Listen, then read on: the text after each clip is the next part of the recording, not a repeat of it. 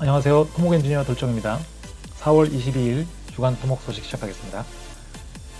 KSC 스마트 위클리 탑스토리는 새만금 지역 간 연결도로 건설 사업 발주 임박입니다.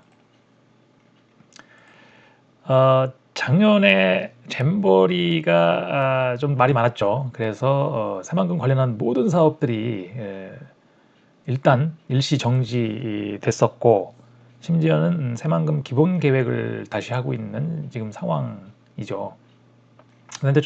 그런데 조달청에서 이 세계 공구를 일단 발주하기로 결정을 했다고 합니다. 새만금 지역 간 연결도로 건설 사업, 요게 약 1조 1287억 원 정도 되는데, 턴키로 발주를 하고 세계 공구고요. 1공구, 2공구, 3공구 각각 뭐 3천억, 그 다음에 6천억, 1437억. 3공구가 조금 작은데, 그 다음에 이 기사에선 또 추가로 조달청이 인천광역시가 턴키 방식으로 추진하는 인천대로 일반화 도로 개량 2단계 및 혼잡도로 개설 공사, 이것도 1조 620억 원 정도 되는데, 이것도 3건 정도 되네요. 요거는 계약 방법 사전 검토 서비스 대상으로 선정하고 입찰 절차를 진행 중이라고 합니다. 다음 학회 소식인데요. 학회에서 지금 이슈 토크 콘서트라는 걸 하고 있는데, 챗GPT 글쓰기 교육을 한다고 합니다. 4월 25일 날 목요일 날 하게 돼 있고, 이렇게 챗GPT로 글 쓰는 교육을 한다고 합니다. 그 다음에 이슈톡 콘서트 강의 일정을 미리 사전 공개했는데, 4월 말에 챗GPT 글쓰기 교육을 하고, 그 다음에 이제 5월 8일 온실가스 관련한 내용이네요. 탄소 중립 관련 내용이고, 6차는 5월 22일 건설 밸류체인 탄소 저감을 위한 순환경제, 이것도 탄소 관련한 얘기고, 그 다음에 6월 13일 날은 에너지 정책에 관련된 내용, 그 다음에 8차는 기후변화 협약과 건설 인프라 산업과 관련된 내용, 이 계획되어 있습니다. 자, 그 다음에 사이언스 꼭지입니다. 연료 없는 로켓 시대 올까?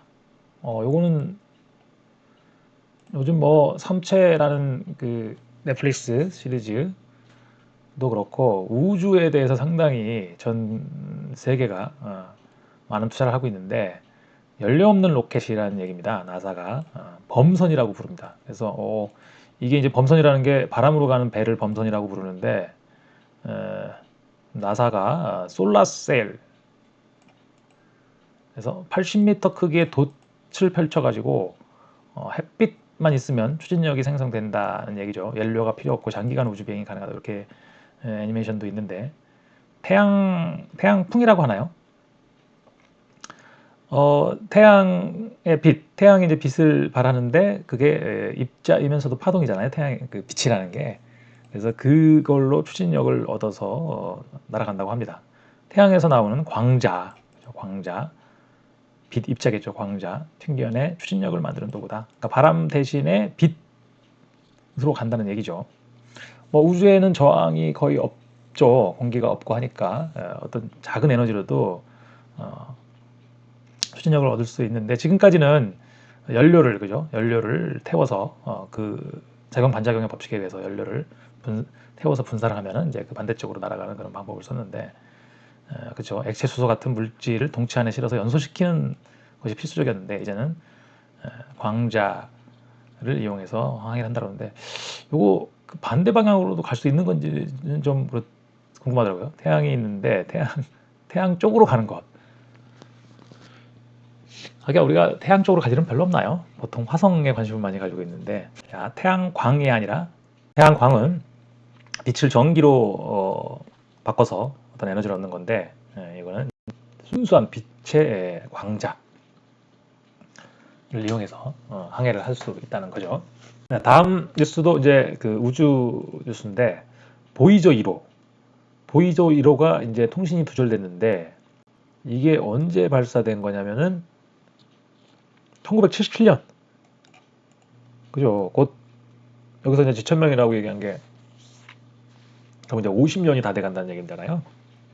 2027년이면 50년이 다 돼가는데, 이게 지금 현재 그 통신이 두절됐다고 합니다. 1977년이니까 그때 기술로 만들어진 그 통신할 수 있는 장비들이 아마 고장이 났나 봐요. 근데 원인은 찾아냈다고 해요.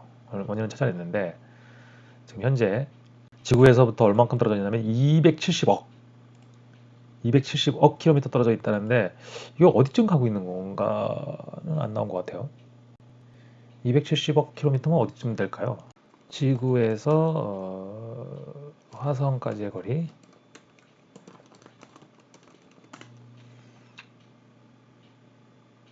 2억 2천 킬로미터네요. 그러니까 아까 240억 킬로미터라고 했으니까 도대체 얼마나 멀리 가 있는 거죠? 보이저 1호 위치 2018년 기사인데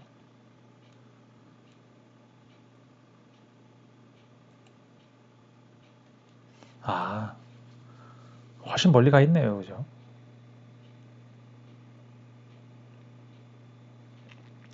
일단 통신이 두절되면 더 이상 이제 그 어떤 데이터를 받을 수 없기 때문에 보이저 1호에 여행은 계속 되겠지만 뭐 데이터를 받을 수 없으면 지구인 입장에서는 이제 죽은 거나 마찬가지가 되겠죠.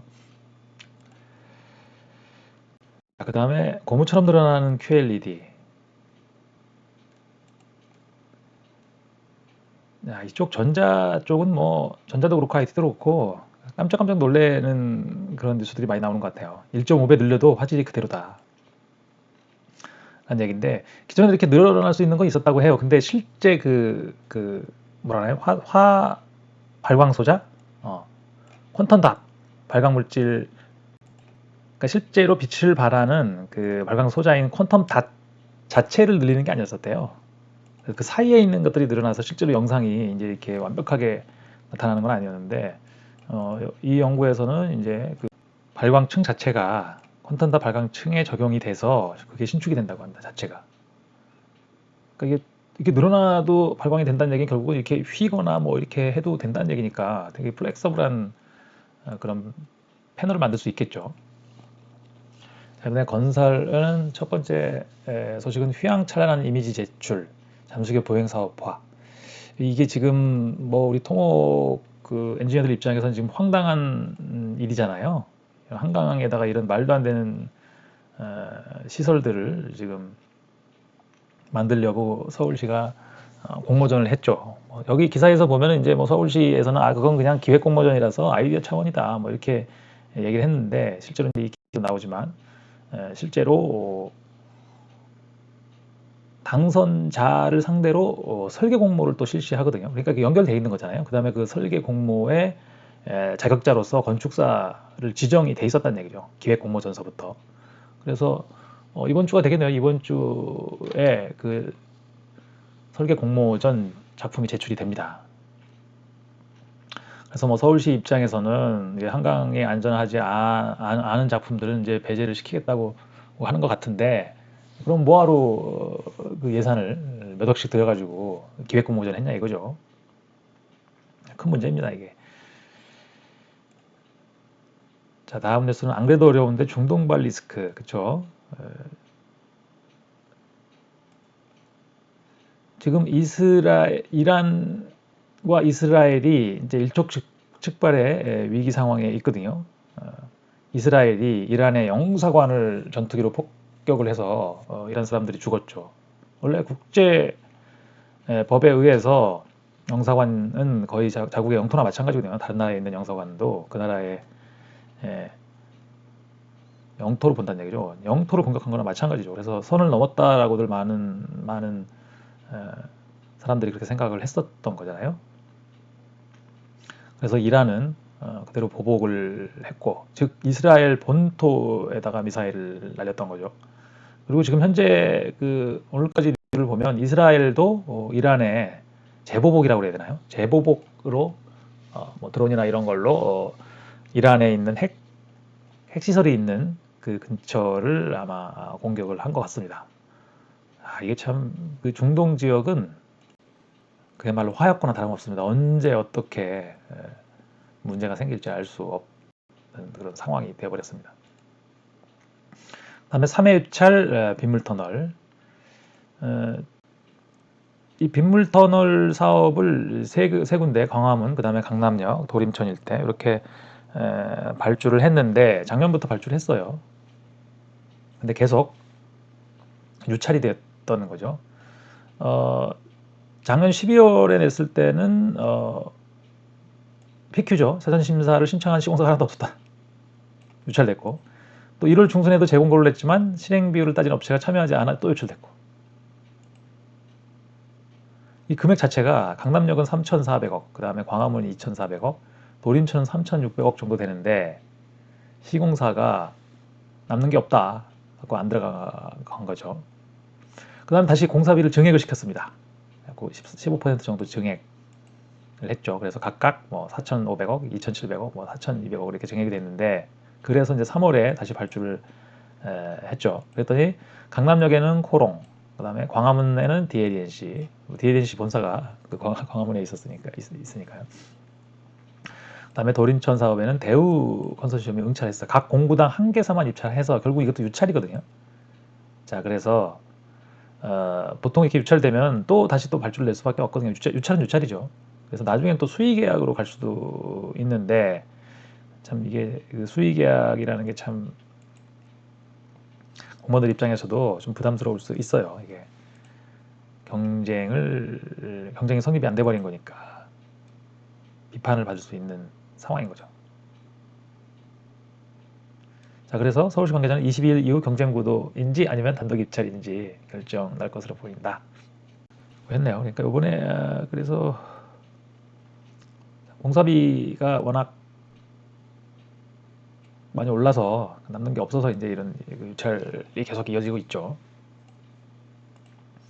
자, 건설기술인협회 회원 수가 100만 명을 돌파했다는 건데, 그래서 이렇게 뭐 그림은 잘 안 보이진 않는데 아무튼 100만 명이 넘었다 2024년에.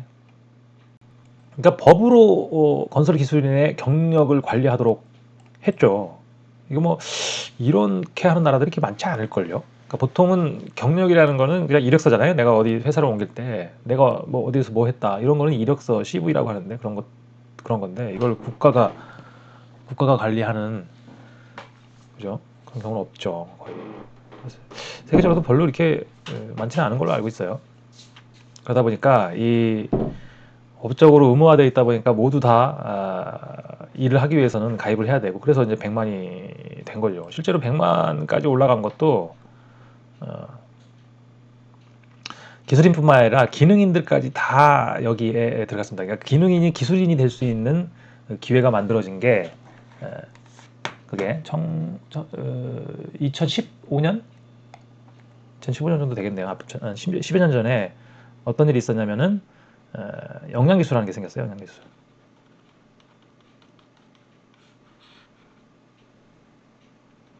이게 이제 기술인과 기능인의 구분을 없애버린 거죠. 왜냐하면 진입장벽이 아무것도 없어져 버렸거든요. 경력으로 기능인이 기술인이 될 수 있는 이런 제도가 바로 이 영양기술입니다. 그래서 제가 이 100만 돌파 요 내용에 대해서는 아마 기술인 숫자 이런 것들이 어떻게 변천이 됐는지 요거는 제가 따로 한번 영상을 만들어 보도록 하겠습니다. 그 다음에 글로벌 소식입니다. 네옴시티 더 라인. 결국은 이렇게 될 게 뭐 거의 예상이 되지 않나요? 네옴시티를 170km, 이게 지금 서울에서 한 대전도 더 갈걸요 아마. 그거를 이 높이가 뭐 이런 것도 뭐 장난이 아닙니다. 그냥 뭐 거의 뭐 이 라인이라는 그 일종의 건물이라고 해야 되나요? 뭐 말도 안 되는 그런 계획이었었죠. 뭐 사람들이 다 이렇게 긴 걸 세워놓으면 바람이나 이런 것들 때문에 한쪽에 모래가 막 쌓일 거다. 모래 폭풍이 있잖아요. 이런 사막에서는. 그래서 공기 순환도 문제가 있고 뭐 그래서 말이 안 된다고들 얘기했었죠. 아무튼 지금 현재 그 사우디가 재정이 별로 좋지 않다고 하죠. 그래서 일단은 117km를 2.4km로 뭐 거의 뭐 1%, 2% 정도 되나요? 해보고 결정하겠다는 얘기죠. 빈살만 왕세자가 뭐 아주 이렇게 공격적으로 뭐 이것뿐만 아니에요. 이게 다른 사업들이 엄청 많죠.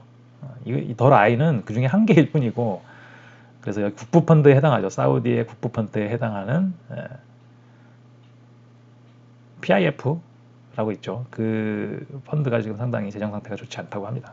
그래서 뭐 그리고 이 위치가 네옴이라는 위치가 좀 애매한 위치입니다. 여기 이스라엘이 있거든요. 이스라엘이야말로 어떻게 보면은 화약이잖아요. 화약, 그죠? 중동의 중간에 진짜 딱 들어가서 나라를 만들어서 중동 국가들과 이렇게 사이가 좋지가 않고, 그런데 이게 좀 하필이면 또 네옴이 이스라엘과 가까운 동네예요. 그래서 그 이스라엘과 중동 국가의 관계에 따라서 이 네옴시티의 성패가 좌우된다. 뭐 이런 얘기들도 있거든요. 아무튼 뭐 휘황찬란합니다. 뭐 더 라인. 아무튼 우리나라 건설사들이 들어가서 뭐 수주를 못했다는 소식도 있었고 그랬었죠. 자, 그다음에 파나마가 이제 이게 좀 가뭄 때문에 문제가 생겨서 이 기사가 없어졌나 보네요. 기사가 없어질 수도 있나? 아무튼 제가 처음 읽었을 때는 어떻게 돼 있었냐면은 이게 육로를 어떻게 개발하겠다. 그러니까 어차피 파나마라는 나라가 이제 그 북아메리카와 남아메리카의 그 사이에 있잖아요. 그래서 거기를 통과하는 게 꼭 배로 안 되니까 배 물동량이 지금 거의 한 10% 20% 많이 떨어졌거든요. 그러니까 물이 부족해서. 그러니까 운하로 통과하지 않고, 그러니까 뭐 하역을 해서 육로로 고속도로나 철도로 반대편으로 옮겨주는 거죠. 뭐 그런 서비스를 하겠다는 계획을 발표했다고 들었거든요. 뭐 이렇게 있다 그러면은 여기잖아요. 여기서 이제 배를에서 짐을 내려서 육로로 이쪽 반대편으로 보내주고, 파나마라는 나라는 운하뿐만 아니라 그런 서비스도 할 수 있다. 약간 하기로 했다. 뭐 그런 그 뉴스였었거든요. 자, 그다음에 핫클립입니다.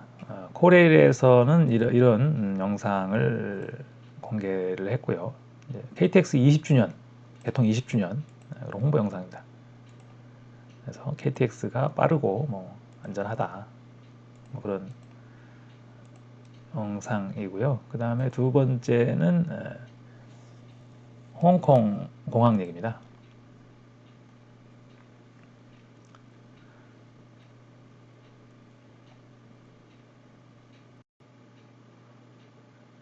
월드에서 가장 terrifying airport. 이게 지금 화면을 이렇게 찍어서 그런가? 진짜 도시에서 가까이에 공항이 있어서 이렇게 회전을 해가지고 착륙을 하는 그런 장면들을 되게 자극적으로 만들었는데, 유튜브 영상을 정리해주는 이 크롬 확장 프로그램이 작동이 안 되더라고요. 여기 보면은 아마 이 확장 프로그램 만든 데에서 이걸 차단을 한 것 같아요. 아니면 무료 사용 몇 개월에 있었는데 그게 끝났을 수도 있고요. 그래서 제가 정리를 하기 위해서 영상에 이 스크립트 키는 게 있거든요. 스크립트 키는 거, 스크립트 표시를 누르면 이렇게 스크립트가 다 나오거든요. 이거를 긁어서 클로드에 가서 붙이기를 했습니다. 붙이기를 하면 이렇게 여기 나타나는 게 아니라 이렇게 파일로 자동으로 올라가더라고요. 그래서 제가 This is YouTube script, 그다음에 summarize, 요약을 해줘라, 영어로 나오고요.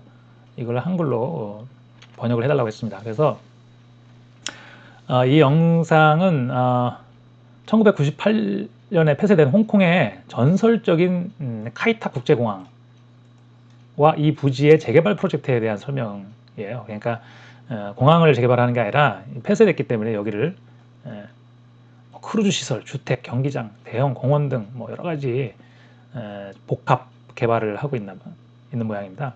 뭐 이미 탈바꿈하고 있고 완공 시 15만 명이 이곳에 거주하게 된다고 하네요. 그래서 지금 영상에서는 뭐 직사각형 터널, 그러니까 홍콩 최초로 직사각형 터널 보링 머신, RTBM, R이 아마 렉탱귤 같은 건데, 야, 이런 것도 있는지 처음 알았거든요. 우리는 TBM이라 그러면 이렇게 돌아가면서 하기 때문에 당연히 원형인 줄 알았는데 직사각형 터널 보링 머신이 사용됐다고 하네요. 치마량이나 이런 걸 최소화하고, 그쵸. 딱 차가 다닐 수 있는 그 공간만 불착을 하니까, 그러니까 우리가 지금 이 차가 다닐 때 뭐 4차선이다 그러면 이 정도의 공간이 필요하다 그러면 우리는 할 수 없이 이렇게 일반 TV, 원형 TBM을 쓰면 이렇게 굴착하는 거거든요. 그러니까 이만큼이 더 굴착되는 거죠. 그죠? 굴착량이 많다는 얘기는 여기서 치마량이 많다는 얘기고, 그래서 근데 이 렉탱글 TBM을 쓰면은 뭐 이렇게 요 단면만 딱 굴착을 한다는 얘기인데 신기하네요.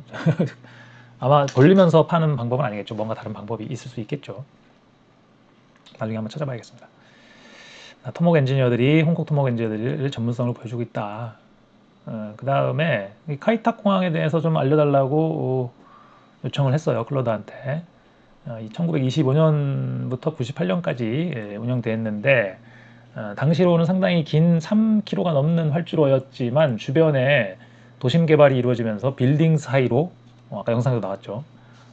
선에 해서 착륙해야 되는 파일럿들한테는 아주 공포의 대상이었다라는 얘기죠.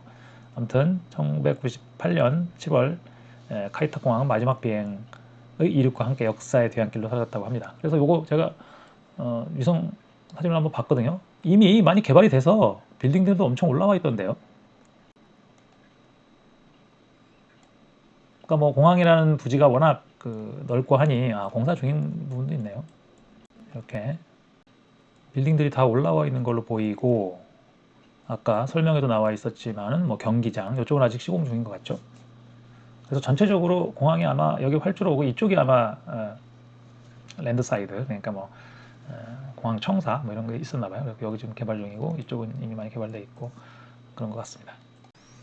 네, 여기 보면은 이렇게 뭐 침하되는 걸 보여주고요. 이렇게 침하가 된다 원형으로는. 그래서 이런 문제를 해결하기 위해서 뭐 위에 또 구조물이 가까운 데 있나 봐요. 그래서 이런 렉탱글 TBM을 썼다라는 얘기인데 여기 보면은 이렇게 생겼다는 거예요. 이렇게 가운데 큰 게 있고 이렇게 작은 게 내구탱이에 있나 봐요. 에이롭이 보이네요. 앞에 이제 쉴드겠죠, 쉴드. 그래서 프리캐스트 그것도 그냥 한 방에 집어넣네요. 아마 이게 단면이 크지만 않을 것 같은데요.